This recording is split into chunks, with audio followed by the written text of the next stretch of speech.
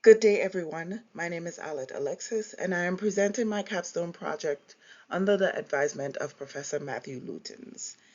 The project is entitled An Advocacy Training Manual for the Birth Justice Defenders Program in Staten Island, designed to support Black maternal health through community-led advocacy. This presentation covers the background of maternal health disparities and their public health significance, the methods used to develop this project, results including the logic model and manual components, implications and recommendations, and key takeaways. The guide and research question throughout this project is, how can a structured manual strengthen BJD volunteer effectiveness and help reduce maternal health disparities in Staten Island? Black women in the U.S. face disproportionately high maternal mortality rates, as shown here.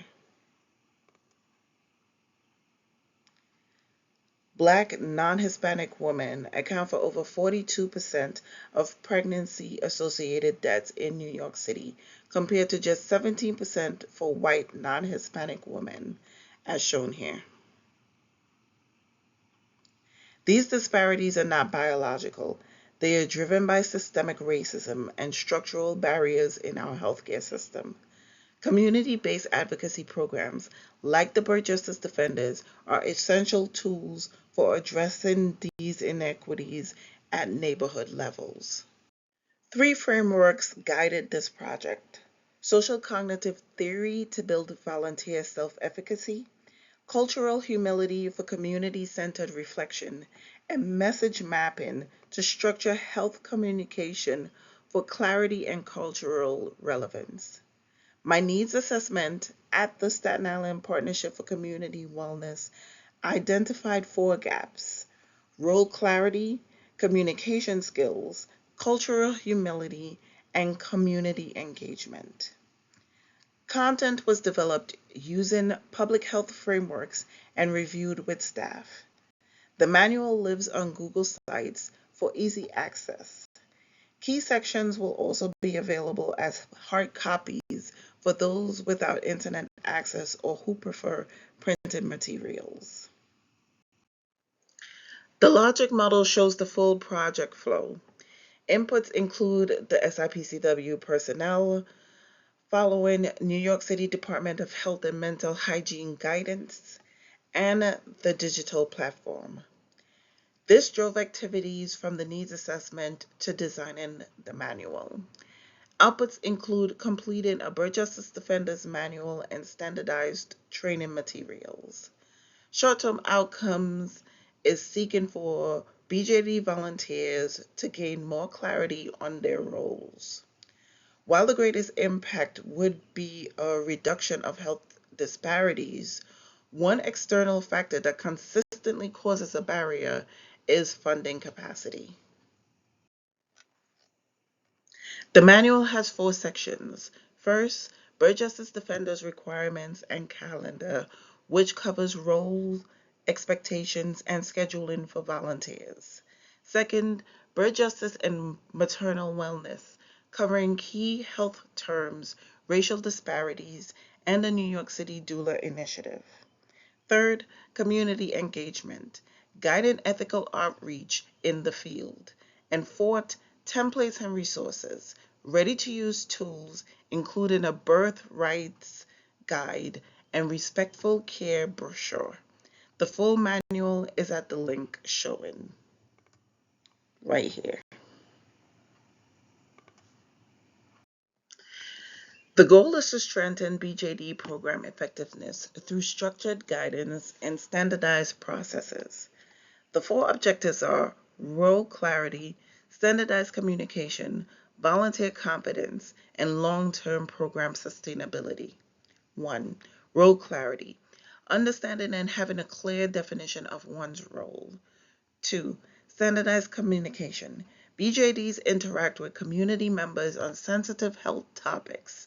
Consistent messaging protects both the volunteer and the community member. 3. Volunteer confidence. Volunteers who feel prepared are far more likely to stay with the program, engage effectively, and model advocacy for others. Ties back to social cognitive theory. 4. Program sustainability. The manual is designed to outlast any one cohort of volunteers. It can be updated by SIPCW staff and used as the foundation for future training expansions.